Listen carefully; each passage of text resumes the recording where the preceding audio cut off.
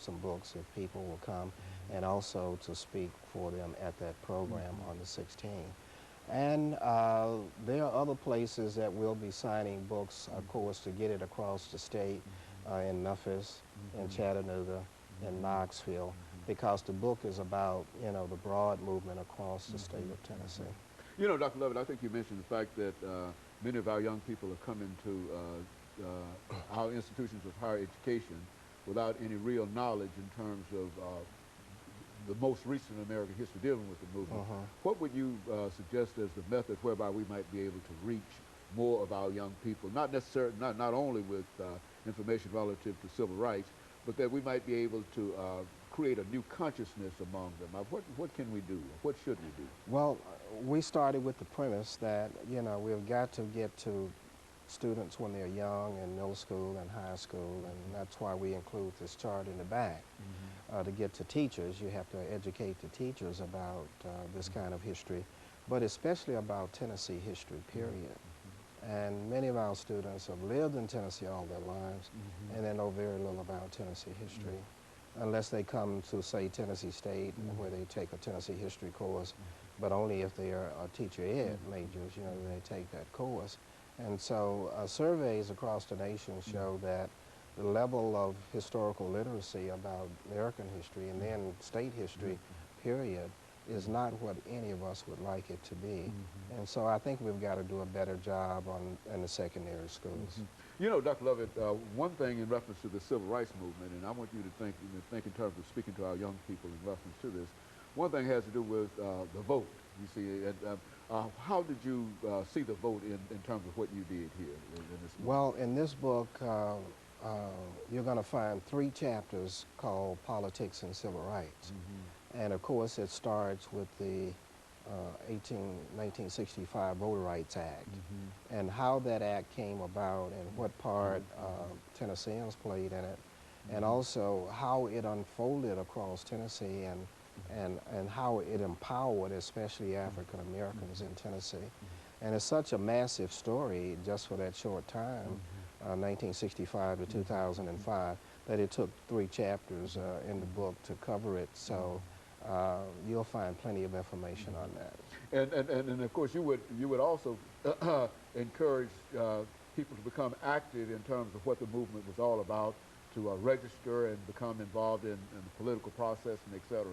Would that be? Yes, hopefully a book like this would be a motivator for this present generation, as well as the surviving older generations, to continue that particular movement, because it's not over, as I say in the last part of the book, that there's a long, long ways for the United States society to go before our society is truly an egalitarian society, and it lives up to the creed of the Constitution of the United States.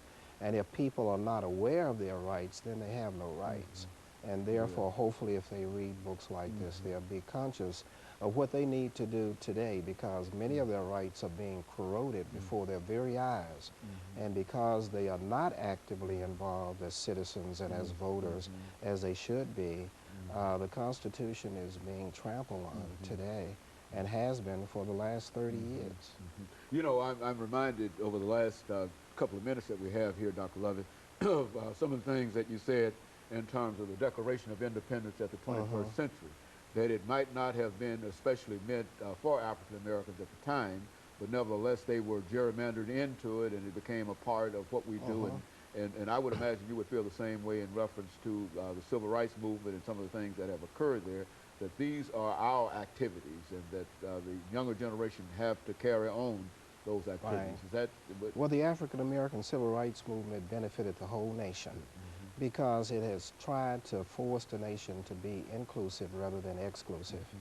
Of course, the original Constitution was a document written for Anglo-Saxons, and gradually that Constitution has been changed to include other people, starting with the 13th Amendment, which really radically revised the Constitution of the United States, as I said before on this show.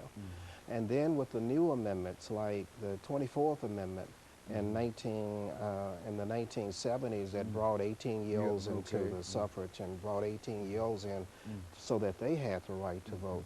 we have gradually changed the Constitution of the United States to be more inclusive. And then we have passed acts like the 1990 Civil Rights Act, which gave women quite a bit of rights that they had not had before and brought them more into the Constitution of the United States. It's a living, breathing document that becomes more perfect, and more as we fight, we get rid of the imperfections in the Constitution of the United States. And that's what the Civil Rights Movement has done, has tried to get the imperfections out of the Constitution of 1789.